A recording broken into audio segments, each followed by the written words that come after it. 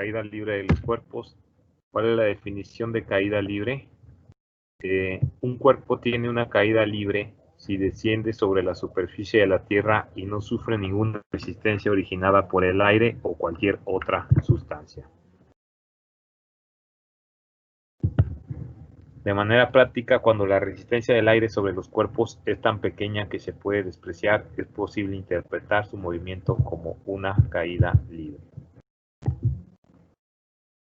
Entonces, cuando en un tubo el vacío se deja caer simultáneamente una pluma de ave, una piedra, una moneda y un pedazo de metal, su caída será vertical y al mismo tiempo, independientemente de su tamaño y peso.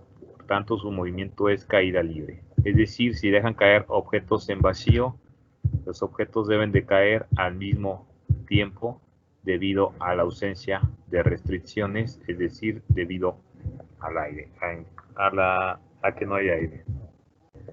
El científico Galileo Galilei fue el primero en demostrar en 1590 que todos los cuerpos, ya sean muy grandes o pequeños, en ausencia de fricción, es decir, de resistencia al aire, caen a la Tierra con la misma aceleración.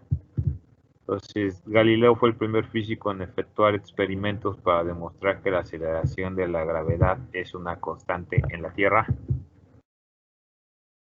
Entonces, como hace rato se mencionó, si dejamos caer simultáneamente desde cierta altura una piedra grande y una pequeña, las dos piedras caerán al suelo en el mismo tiempo. Debido a estos resultados, podemos afirmar que la aceleración gravitacional produce sobre los cuerpos con caída libre un movimiento de tipo uniformemente acelerado, motivo por el cual la magnitud de la velocidad aumenta en forma constante.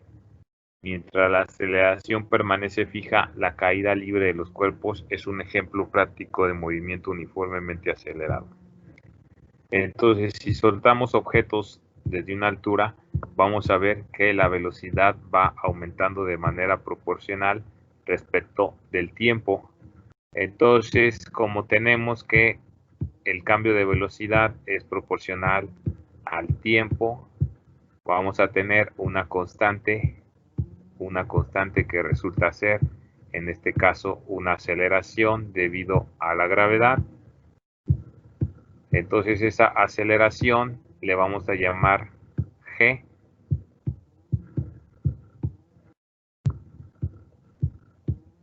Es decir, vamos a tener una aceleración debido a la gravedad.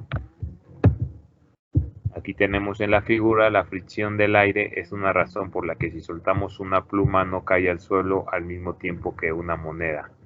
Entonces esto sucede debido a la fricción del aire que evita que la pluma y la moneda caigan igual. Y acá tenemos el mismo experimento pero en una cámara de vacío donde dejamos caer al mismo tiempo la pluma y la moneda y llegan en el mismo instante de tiempo a caer, a tocar el suelo. Entonces, al hacer la medición de la magnitud de la aceleración de la gravedad en los diferentes lugares de la Tierra, se ha encontrado que no es igual en todas partes, pues existen pequeñas diferencias. Sin embargo, para fines prácticos se ha aceptado un valor promedio de 9.8066 metros sobre segundo cuadrado, cantidad que redondeada quedaría como 9.8 metros sobre segundo cuadrado, o algunos libros la consideran como 9.81 metros sobre segundo cuadrado. Al resolver problemas debemos considerar que la aceleración de la gravedad es una magnitud vectorial cuya dirección está dirigida al centro de la Tierra.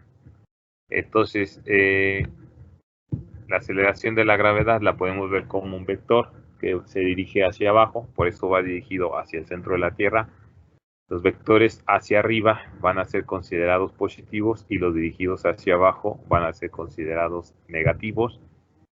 Puesto que la aceleración de la gravedad está dirigida hacia abajo, tendrá un signo negativo. Entonces es recomendable manejar vectorialmente la aceleración de la gravedad.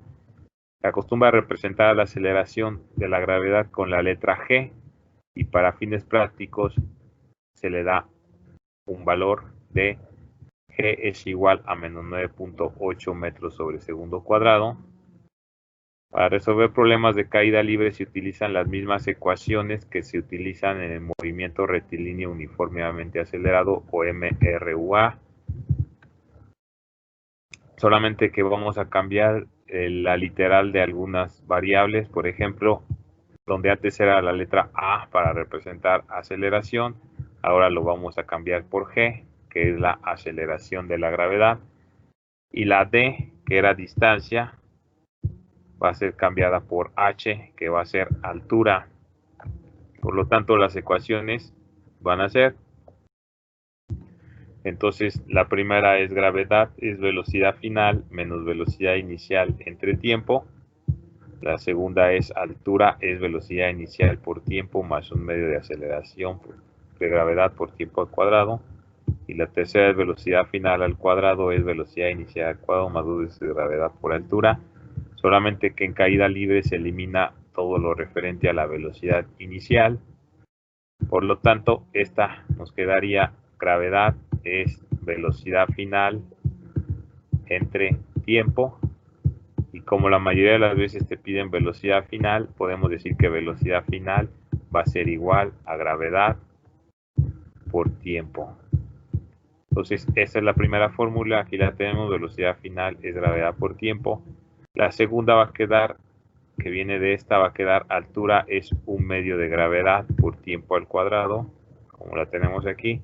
Y la tercera, si despejamos, va a quedar velocidad final va a ser igual a la raíz de 2 veces la gravedad por la altura.